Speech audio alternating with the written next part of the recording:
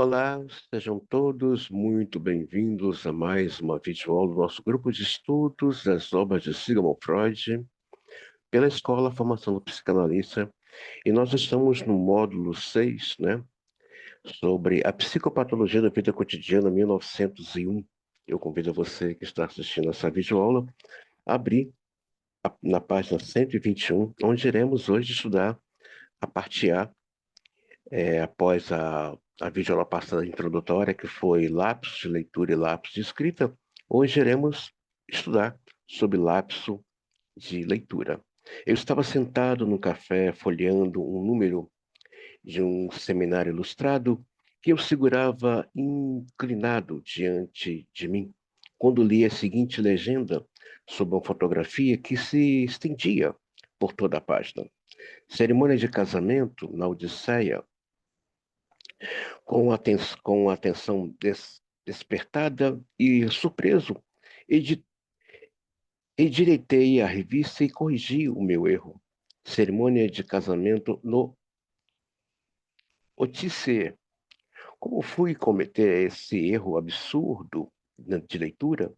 Meus pensamentos voltaram-se prontamente para o livro de Ruth, 1898, que me ocuparam muito nesses últimos tempos, pois toca de leve nos problemas psicológicos que venho tratando. O autor prometeu que em breve publicaria um livro a ser chamado Análise e Princípios dos Fenômenos Oníricos. Não surpreende que, tendo acabado de publicar uma interpretação dos sonhos, eu aguarde esse livro com o máximo de interesse. Na obra de Hutchins sobre os fantasmas da música, encontrei no começo do índice o anúncio de uma demonstração indutiva, detalhada, de que os mitos e lendas dos antigos gregos tiveram sua principal raiz nos fantasmas do sono, da música e nos fenômenos dos sonhos, e também nos delírios.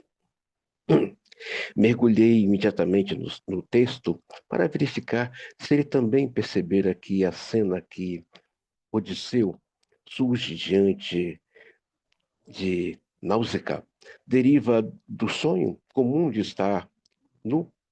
Um amigo me chamara a atenção para o belo trecho que explica esse episódio da Odisseia como uma representação objetiva dos sonhos de um navegante que vagava longe de sua terra natal. Eu havia assinalado a relação com os sonhos exibicionistas, estar nu. Não encontrei nada sobre o assunto no livro de Rutes. Nesse exemplo, é óbvio que meus pensamentos estavam voltados para as questões de prioridade, ou seja, Freud estava numa pesquisa. Aliás, Freud nos deixa um exemplo muito claro de que ele estava sempre trazendo estudos e pesquisas é, que estavam casando com aquilo que ele estava é, pesquisando. Falei para vocês, para quem esteve comigo estudando interpretação dos sonhos, que há sim material riquíssimo, né? Se você quiser realmente aí no seu percurso analítico para com seus pacientes trabalhar sonhos, um bom conhecimento de semiótica, de mitologia, de simbologia, de arquétipos e também questões transgeracionais, que a mente inconsciente universal vai aí abrir um escopo, né, de compreensão sobre a questão do mundo dos sonhos. Então, Freud aqui na verdade, aliás, todos os pós-freudianos, até o Jacques Lacan, estudou muito, muito mitologia e simbologia dos tempos antigos. Então, fica essa dica para vocês aqui. Então, é óbvio que numa leitura de uma revista, Freud troca uma palavra por outra, né? Era era o casamento de Odisseia, ele vai confundir com o casamento de Odisseia, e não era, por causa das suas leituras e pesquisas, ele troca, né? uma palavra final ele troca por outra. Como posso um dia ter lido no jornal, né, a solução desse problema custou-me prolongadas dificuldades. É verdade que as primeiras associações indicaram que eu tinha em mente devia ser o barril de Diogenes, e eu estivera lendo recentemente sobre a arte da época de Alexandre numa história da arte. Daí foi fácil lembrar o cérebro dito de Alexandre. Se eu não fosse Alexandre, gostaria de ser Diógenes. Veio-me também uma vaga lembrança de um certo Hermann Zenduk, que dera para viajar embalado num caixote, mas, mas a sequência de associações recusou-me a prosseguir e não consegui reencontrar a página da história da arte em que aquela observação me saltar os olhos. Só depois de muitos meses foi que voltou, de repente, a me ocorrer esse problema que eu deixara de lado, dessa vez acompanhado de uma solução. Perceba que Freud estava sempre atento às suas leituras, suas pesquisas, né? Ele estava sempre anotando, e quando ele esquecia algo que ele lembrava, ele voltava naquelas anotações, que isso fique de exemplo para nós, né? Que somos analistas, ou vocês, aspirantes que é, é, almeja, né, esse lugar de analista, é, tenha esse cuidado com relação na hora da leitura, não ter pressa de ler e anotar, né, no caderno, num bloco, as suas pesquisas, aquilo que está lhe capturando como leitura, né, isso é muito importante. E o Freud nos deixa isso como exemplo, né? Lembrei-me do comentário de um artigo de jornal sobre os estranhos meios de transporte que as pessoas estavam escolhendo para irem à Exposição Internacional de Paris, 1900.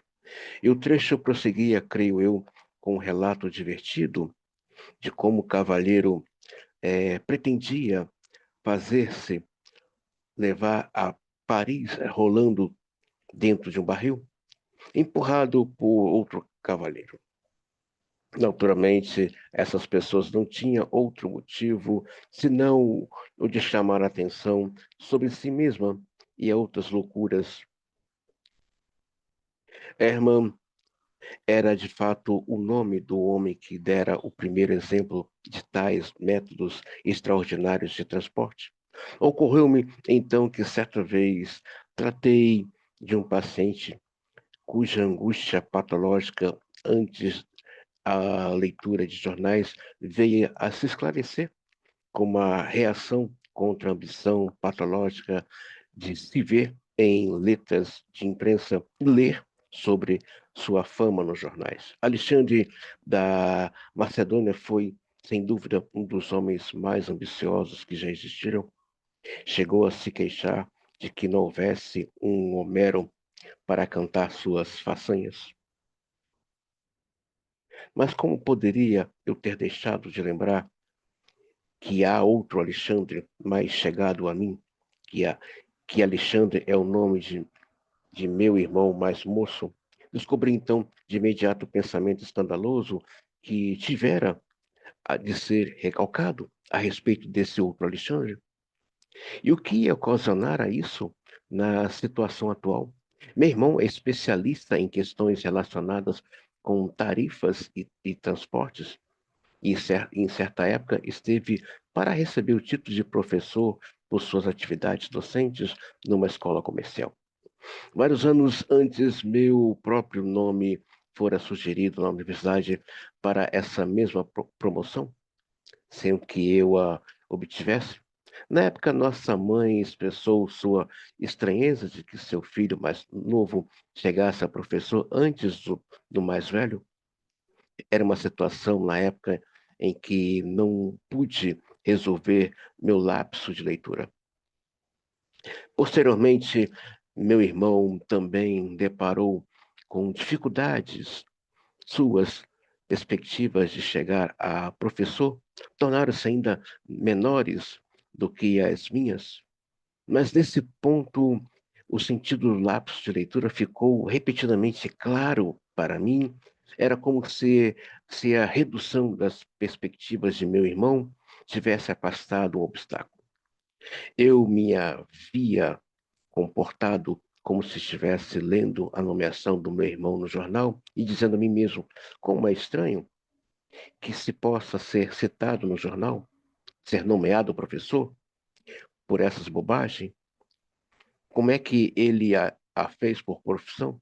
Depois disso, eu não tive dificuldade em encontrar o trecho sobre a arte helênica na época de Alexandre, e, para minha surpresa, convenci-me de que, durante minha busca anterior, eu lera repetidamente parte da mesma página e todas as vezes saltara a frase pertinente, ou seja, aquilo que estava insistindo, aquilo que o Lacan fala, aquela letra que insiste, ou seja, eu estou capturado por esse texto, estou capturado por essa palavra, né? Como se estivesse dominando por uma alucinação negativa. Essa frase, porém, não continha nada que pudesse esclarecer-me ou que merecesse ser esquecido. Creio que o sintoma de não conseguir encontrar o trecho no livro formou-se apenas para despistar. Cabia-me cabia-me procurar uma continuação da sequência de pensamentos ali, onde minhas investigações esbarravam no obstáculo, isto é, em alguma ideia ligada a Alexandre da Macedônia.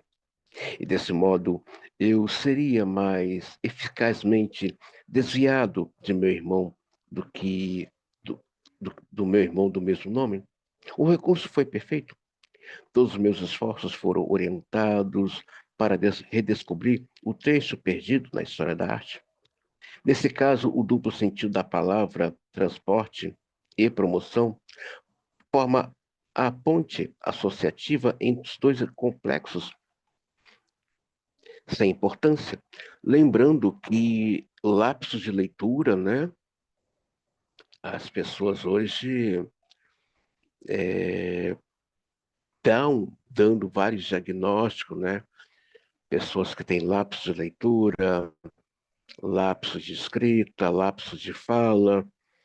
É preciso tomar cuidado com esses diagnósticos aí, que ao invés de estar ajudando, está piorando, ou então está aí, na verdade, dando um direcionamento errado para o sofrimento do sujeito que assim se apresenta. Por exemplo, tem pessoas que têm dificuldade em ler determinada notícia. Eu acredito que hoje, né, podemos também acrescentar aqui uma teoria, né? Além dos lapsos de leitura, de escrita, de fala, também tem o lapso da escuta, né? Pessoas que não estão escutando bem, pessoas que não estão enxergando bem, né? Então, hoje aí temos aí um campo de, de opções para podermos estudar, explorar, que o humano de hoje está bastante fragmentado, né? Por este exemplo, se percebe que nem sempre é fácil explicar a ocorrência com esse equívoco na leitura. Às vezes, somos até forçados a adiar a solução do problema para uma época mais favorável. No entanto, quanto mais difícil se revela o trabalho de solucioná-lo, maior é a certeza de que se pode prever pensamento perturbador finalmente descoberto será julgado por nosso pensamento consciente como algo que lhe é estranho e contrário. Um dia recebi uma carta das imediações de Viena com a notícia de que me abalou. Chamei prontamente minha mulher e lhe comuniquei estava que M estava muito doente a ponto de os médicos terem perdido essa esperança. Mas algo deve ter soado falso nas palavras que descobri para exprimir meu pensar, pois minha mulher ficou desconfiada, pediu para ver a carta e manifestou sua convicção de que não podia ser isso, pois ninguém se referia a uma mulher pelo prenome do marido. E, e de mais, a remetente da carta conhecia perfeitamente o nome da minha mulher. Defendi obstinadamente minha afirmação e fiz referência ao costume corriqueiro nos cartões de visita e das mulheres que designarem pelo prenome do marido.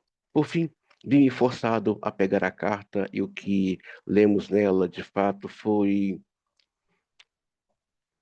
ou melhor, algo ainda mais claro, que omitira por completo derme-me. Meu erro de leitura, portanto, importou uma espécie de tentativa forçada de transferir a triste notícia do marido para a mulher. O título entre o artigo e o nome adjetivado não se adequava bem à minha pretensão de que a notícia se referisse à, à mulher. Por isso, foi simplesmente eliminado a, a leitura. Meu motivo para falsear a notícia, entretanto, não foi que eu simpatizasse menos com a mulher do que com o marido, mas sim que o destino desse pobre homem havia despertado minha inquietação acerca de outra pessoa muito chegada a mim, que com ele compartilhava o que eu sabia de um determinantes da doença. Irritante e ridículo é um lapso de leitura que tendo a cometer sempre, que em minhas férias ando pelas ruas de alguma cidade desconhecida. Nessas ocasiões, leio como antiguidades todos os letreiros da loja, que, de algum modo, se assemelham às palavras. Isso manifesta o gosto de colecionador pela aventura. Certa vez, enquanto lia, tive uma sensação intelectual de estar vendo meu nome duas linhas mais abaixo. Para minha surpresa, só encontrei ali a palavra é, corpúsculos sanguíneos entre os muitos milhares de lapsos de leitura que já assinalei, tanto no campo visual, periférico, quanto no central. Esse, este é o exemplo mais crasso. Todas as vezes que acreditei ver meu nome, a palavra que ocasionou isso costumava ser muito mais semelhante a ele. E na maioria dos casos, cada uma das letras de meu nome tinha de estar presente ali, por perto, para que eu pudesse cometer esse erro. Nesse caso, entretanto, o delírio de autorreferência e a ilusão puderam me puderam ser explicados com muita facilidade. O que eu acabara de ler era o final de um comentário sobre certo tipo de estilo precário nos trabalhos científicos, do qual eu não me sentira livre. Hans de Sterlido, ele passa com seu pedantismo pelas coisas que chocam as pessoas. Essa palavra prossegue chamou minha atenção e ao olhar mais atentamente, descobri que fineza de estilo. O trecho ocorria em meio a algumas observações feitas por um autor a quem eu admirava e que enalteciam e, e, efusivamente um historiador que não é simpático, pois exibe em demasia o estilo professoral alemão. O Dr. Marcel, em 1911, descreve um caso de lapso de leitura no estudo da ciência filológica. Eu, eu, estava, eu estava empenhado no estudo da tradição literária do livro dos Mártires, compilado de lendas do período médio do Alto Alemão, que eu resolvera editar na coleção de textos medievais alemães, publicada pela Academia Prussiana de Ciências. Sabia-se muito pouco sobre essa obra, que nunca fora impressa. Havia sobre ela um único ensaio, da autoria de Joseph Hoopt, 1872. Hoopt não baseou seu trabalho no manuscrito antigo, mas numa cópia da fonte principal, o manuscrito. Cópia esta feita na época relativamente recente, preservada. No fim da cópia encontra-se a seguinte subscrição: Amo Domi, Vigília ex, exaltacionis. Ora, em seu ensaio, cita essa subscrição como sendo proveniente do próprio autor de C. Supõe-se que C foi escrito em 1350, com um consequente erro de leitura da data de 1850, escrita em algarismos romanos, apesar de ter copiado a subscrição corretamente e data de ter sido corretamente impressa no ensaio. A informação de Hoopt foi, para mim, fonte de muitos apuros. Em primeiro lugar, como completo principiante no mundo da ciência, eu estava totalmente dominado pela autoria de Hoopt e, por muito tempo, li sua subscrição diante de mim, impressa com perfeita clareza e correção de 1350 em vez de 1850, como fizera Hoopt, muito embora não houvesse nenhuma vestígio de subscrição no manuscrito C, utilizado por mim, embora também se verificasse que nenhum monge de nome Hartmann vivera no século XIV. Quando, enfim, caiu a vinda dos meus olhos, adivinhei, adivinhei que havia acontecido e as investigações posteriores confirmaram minha suspeita. E a tão mencionada subscrição, na verdade, encontra-se apenas na cópia utilizada por Hoopt e é obra de um copista que nasceu em Krasna, na Morávia, foi mestre do coro agostiniano. Como sacristão do mosteiro, fez uma cópia do manuscrito C, registrando em seu nome no final, de maneira antiga. A fraseologia medieval e a ortografia antiquada da subscrição, sem dúvida, contribuíram para induzir Hoopt a ler sempre em 1350, em vez de 1850, juntando-se ao seu desejo de poder dizer que os leitores o máximo possível sobre a obra que estava examinando. Portanto, também de datar o manuscrito C. Foi esse o motivo do ato falho? Ou seja, ao invés de ele datar o livro de 1850, ele vai datar em 1350, né? Ele comete esse pequeno ato falho. Ocorre que num imenso número de casos, é a predisposição do leitor que altera a leitura, introduz no texto algo que corresponde às suas expectativas ou que está ocupando. A única contribuição que o próprio texto precisa fazer ao lapso de leitura é fornecer alguma semelhança na imagem da palavra, que o leitor possa modificar no sentido que quiser. Sem dúvida, a leitura apressada, especialmente quando há uma deficiência visual, não corrigida, aumenta a possibilidade de tal ilusão, mas certamente não é pré-condição necessária. Creio que a época de guerra que todos os nos trouxe preocupações tão constantes e prolongadas, favoreceu mais os lapsos de leitura do que a qualquer outro ato falho.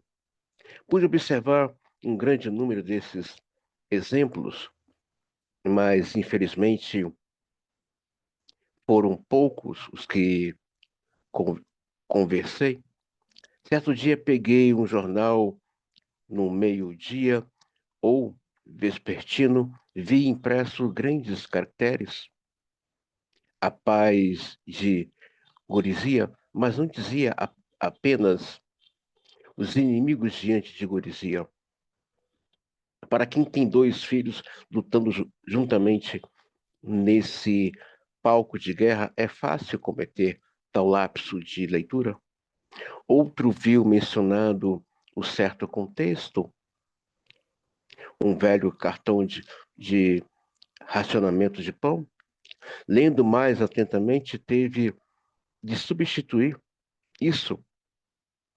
Talvez valha a pena mencionar que numa casa onde costuma ser um hóspede sempre bem recebido, esse homem tem hábito de agradar a dona de casa, cedendo-lhe seus cartões de racionamento de pão.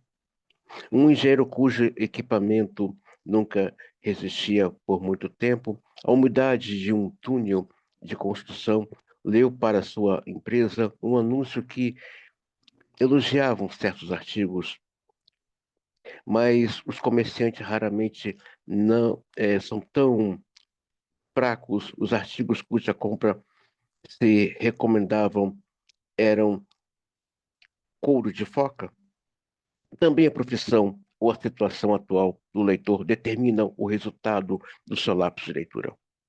Um filólogo que, por causa de seus últimos excelentes trabalhos, entrou em conflitos com seus colegas de profissão, leu estratégia linguística em lugar de estratégia estadística. Um homem que passeava por uma cidade estrangeira justamente no horário em que sua atividade intestinal estava programada para ocorrer, em virtude do tratamento médico, leu a palavra casa de banheiros num grande letreiro no primeiro andar do prédio comercial alto. Sua satisfação mesclou-se, sem dúvida, com certa surpresa antes da localização insólita de benefício estabelecido. No momento seguinte, porém, sua satisfação desapareceu, pois o letreiro corretamente lido dizia casa de espartilhos, ou seja, ele estava numa angústia, né? Precisava ir a um toalete e ele trocou, né? Por casa de banheiros, ou seja, a sua necessidade, a sua angústia fez ele ler o que ele queria ver. Então, ele teve um erro ali de leitura bem gravíssimo. No segundo grupo de casos, é muito maior a participação do texto do lápis de leitura. Ele contém algo que mexe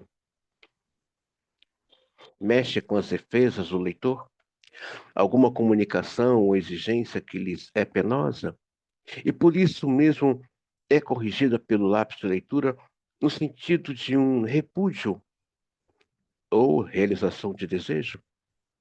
Olha aqui, vou ler de novo para vocês.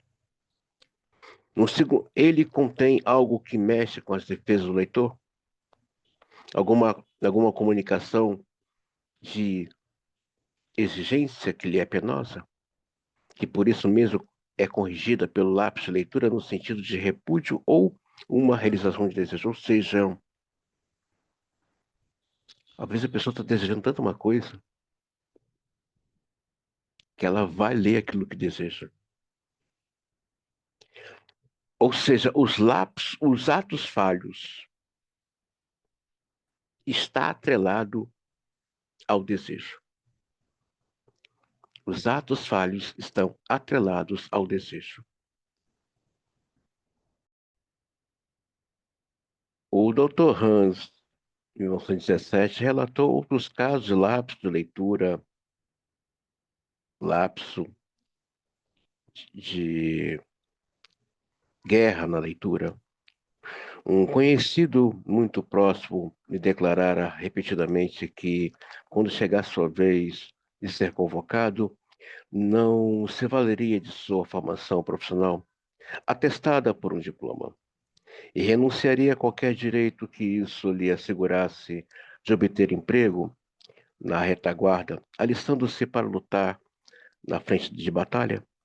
Pouco antes da chegada efetivamente da data de convocação, ele me disse um dia, de maneira mais lacônica possível, sem fornecer maiores razões, que submetera as provas de sua formação superior às autoridades competentes.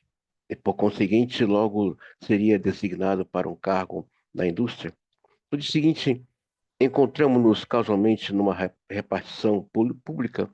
Eu estava diante de uma escrivania, escrevia, ele entrou, olhou por um momento por cima do meu ombro e disse: Ah, a palavra ali em cima, prova tipográfica, eu a tinha lido como se fosse covarde. Sentado no bonde, eu ia refletindo sobre o fato que, de muitos meus amigos da juventude, sempre considerados frágeis e sem energia, eram agora capazes de suportar os trabalhos mais infantes, aos quais, com toda certeza, eu sucumbiria em meio a essa desagradável sequência de pensamentos. Li de passagem, sem prestar muita atenção, as grandes letras pretas do letreiro de uma firma. Passando por um momento, ocorreu-me que essa palavra não era muito própria do letreiro de uma empresa comercial. Virei-me rapidamente, ainda consegui dar uma olhada na inscrição, vendo que de fato dizia construção de ferro. Nos jornais vespertinos saiu um despacho da agência Reter, que logo se revelou incorreto, comunicado por Hughes. Fora feito presidente dos Estados Unidos, seguia-se seguia-se a isso um breve relato de carreira do suposto presidente, onde deparei com a informação de que se havia formado na Universidade de Bonn. Pareceu-me estranho que esse fato não tivesse sido mencionado nos detalhes jornalísticos de todas as semanas que antecederam o dia da eleição. Olhando melhor, vi que de fato o texto se fazia referência à Universidade de Brown, em Providence, nos Estados Unidos. Este caso em que a produção de lápis de leitura tomara necessária uma distorção bastante violenta, esclareceu-me fora minha pressa em ler o jornal precipitadamente. Eu, eu desejável que a simpatia do novo presidente pelas potências centrais europeias como base de boas relações futuras. Se fundamentasse também em motivos pessoais, ainda motivos além dos motivos políticos. Freud, aqui nesse texto, ele nos dá aqui uma dica e um pulo do gato muito interessante.